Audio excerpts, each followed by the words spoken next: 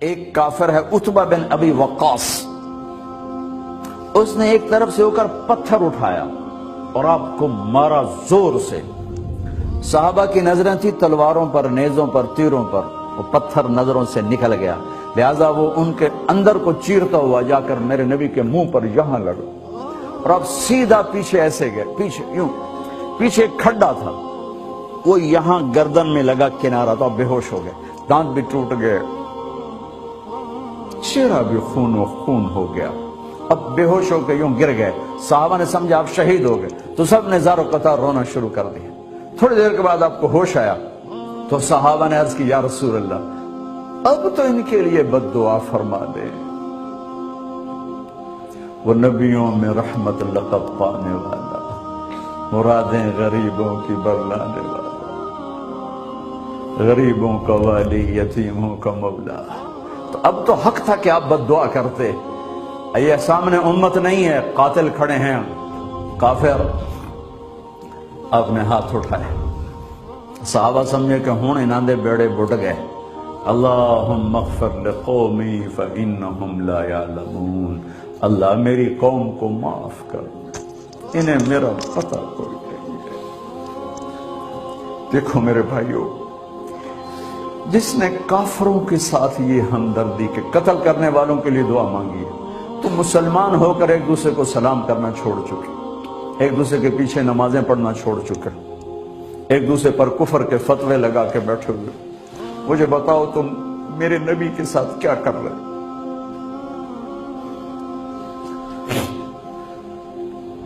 وہ تمہیں فرقوں میں بانٹ کر گئے تھے یا امت بنا کر گئے تھے؟ کیوں اس نادان کھیل میں اپنی زندگی برباد کرتے ہو؟ کیوں نے مسلمان بن کے رہتے ہو؟ اس امت میں اختلاف شروع سے ہے، ہمیشہ رہے گا، یہاں تک نہ جاؤ کہ ایک دوسرے پر کفر کے فتوے۔ جنت میں کون جائے گا؟ سنیوں نے کہا وہابی کافر، وہابیوں نے کہا سنی کافر، بریلیوں نے کہا دیوبندی کافر، دیوبندیوں نے کہا بریلوی کافر، شیعہ نے کہا سنی کافر، سنی نے کہا شیعہ کافر۔ جنت میں کون جائے گا؟ کچھ تو بھائیو میرے نبی کی محنت کی قدر کرو۔ میرے نبی تو غیروں کو اپنا بنانے آئے تھے، ہم نے اپنوں کو غیر بنا دیا۔ جو نفرت کی آگ وہاں بھڑک رہی ہے، یہاں مت بھڑکاؤ۔ جاؤ میرے دیس میں دیکھو کتنے سر کٹ چکے، کتنے سہاگ اجڑ گئے، کتنی مائیں بے آسرا ہو گئیں، کتنی جوان بیٹیوں کی مانگ ویران ہو گئی۔ کیا اسی کا نام اسلام ہے؟ اسی کا نام عشق رسول ہے؟ اسے وہ دین کہتے ہیں؟ ایک دوسرے کی مسجدوں میں نہیں جاتے ہو، ایک دوسرے کے پیچھے نمازیں نہیں پڑھتے ہو، جنت کے ٹھیکیدار بن گئے ہو۔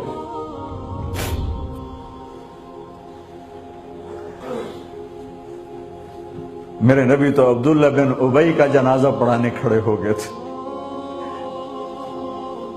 جس کا کفر ابو جہل سے بھی بڑا ہے۔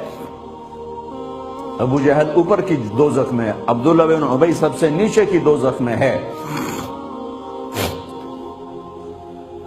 ان کے بیٹے آئے، یا رسول اللہ میرا باپ مر گیا ہے، اپنا کرتا دے دیں گے، میں اس کو کفن دے دوں۔ آپ نے کہا لے لو، کرتا اتار کے دے دیا۔ آپ کہتے ہیں بدبخت منافق، دفع ہو جا۔ کہ یا رسول اللہ آپ جنازہ پڑھائیں گے؟ کہاں پڑھاؤں گا؟ باقی منافقوں کا تو کسی کو پتہ نہیں تھا سوائے اللہ کے نبی کے، لیکن عبداللہ بن ابی کا منافق ہونا تو سب کو معلوم تھا۔ آپ جنازے کے لیے عمر سامنے آ گئے، یا رسول اللہ یہ کون ہے؟ کہ مجھے پتا ہے کون ہے، تو آپ اس کا جنازہ کیوں پڑھا رہے؟ کہ شاید اللہ معاف کر دے۔ کہ عمر پیچھے ہٹ جا، مجھے پتا ہے کو، میرے اللہ نے کہا ہے تو ان کے لیے دعا کر یا نہ کر، میں معاف نہیں کروں گا، میں کرتا ہوں شاید اللہ معاف کر دے۔ پھر فرمایا کہ میرے اللہ نے کہا اگر تو 70 دفعہ بھی ان کے لیے دعا کر تو میں معاف نہیں کروں گا۔ اگر میرا اللہ کہتا اے میرے محبوب اگر آپ 70 دفعہ اس کے لیے دعا کریں گے تو میں معاف کر دوں گا، تو میں اس کمبخت کا 70 دفعہ جنازہ پڑھا دیتا۔ مجھے بتاؤ تم کہاں سے یہ دین لے کر آئے ہو جس میں تم فرقوں میں بٹ گئے ہو، نفرتوں کی آگ تم نے لگا دی ہے، یہ کہاں سے اسلام آیا ہے؟ میں تمہیں اللہ اس کے رسول کا واسطہ دیتا ہوں، امت بن کے رہو، مسلم بن کے رہو، کوئی گنجائش نہیں، اپنے اپنے عقیدے پر پکے رہو، دوسرے کے لیے گنجائش رکھو۔ کیوں اس قدر ظلم و ستم ڈھائے ہوئے ہیں؟ میں نیا تبلیغ میں گیا، کالج سے نکلا، ہماری جماعت ایک گاؤں میں گئی، ایک مسجد میں، تو امام صاحب آئے، ہمیں ماں بہن کی گالیاں دی اور ہمارے بستر اٹھا کے باہر مسجد دھوو، کتے اندر واڑائے۔ میں حیران پریشان، میں تو کوئی نہیں جانتا تھا کہ مذہب کیا ہوتا ہے، فرقے کیا ہوتا ہے، میں تو کالج میں گانے والا تھا، ناچنے والا تھا، جنید جمشید کی طرح، مجھے تو دین کا پتہ تبلیغ سے پتہ چلا۔ میں حیران پریشان کہ یہ مولانا صاحب کہہ رہے ہیں کہ یہ گستاخ رسول ہیں، اور مسجد دھو دو، باہر کھڑے ہو، یہ مسجد میں کھڑے ہو کر ماں کی گالی دے رہے ہیں، بہن کی گالی دے رہے ہیں، تو پھر معیار دین کیا ہے؟ اتنی نفرت،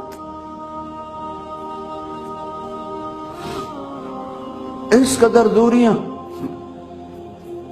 اگر ہم کافر تھے تو ہمیں گلے سے لگاتے، ہمارے نبی کی طرح ہمیں کھانے کھلاتے، ہمیں پانی پلاتے، پھر ہمیں بات سمجھاتے، لیکن ماں بہن کی گالیاں، مسجد میں کھڑے ہو کر، امام مسجد۔